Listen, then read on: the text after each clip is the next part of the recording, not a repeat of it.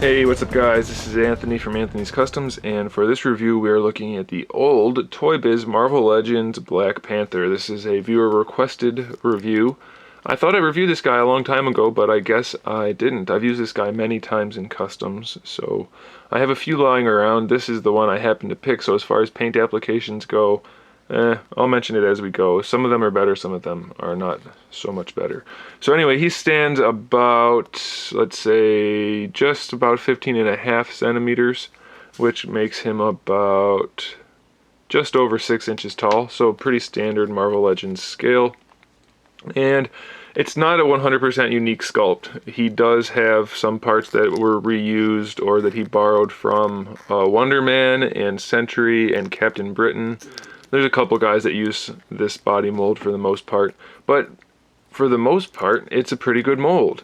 I'm okay with that. You know, it's kind of like the Bucky Cat mold when it first came out. Everybody was like, hey, it's pretty cool. They could reuse that. It'll fit a lot of characters. They went a little overboard. Luckily, this one didn't get overused quite so much. It does have a little bit of a strange issue in that the head and traps are a little bit too high. The traps are pretty big and the head's kind of high compared to the shoulders. But once you get it posed, I think it looks really good. And then with the cape on, it looks even better. So I'm okay with it. As far as unique parts, obviously the forearms and hands are unique, the head, and then the boots are also unique.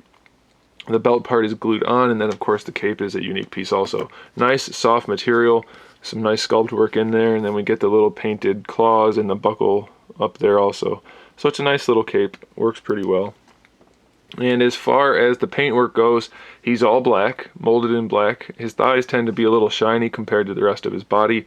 For some reason, this guy has a shiny hand on both sides. It's a little shiny here, really shiny there.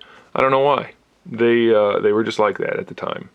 I don't know if it's the mold finish or if they actually put gloss paint on the glove. I don't know. This part's painted and the claws are painted. It's not the best paint job in the world, but it's not horrible. So it's okay. I mean, it's a pretty basic paint job. And then the last issue is that he's supposed to have purple shading on him, which he does, and some look much better than this one. You can see a little bit of the shading around here, hopefully. It's super faint though. Then you can see a lot of shading on this one boot. It's just kind of hit or miss. You see a lot of purple here, and then there's some on this boot. I've seen some that look really good, and then some like this one where it's not so great. So I don't know. You're gonna have to hope for a good one, I guess. And then his eyes are silver.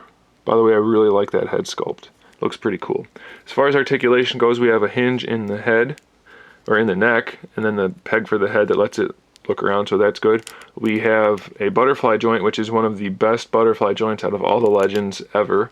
I really like that joint. It works nicely. Ball hinge shoulder, which has good range. Can't bring it up too far though, so it's only, I guess, decent range. You can force it up a little bit higher, but it looks good, so I guess that's okay. You could bring it up even higher if you trimmed away some plastic here. That's what's stopping it, but it's still a decent enough range of motion, full rotation there.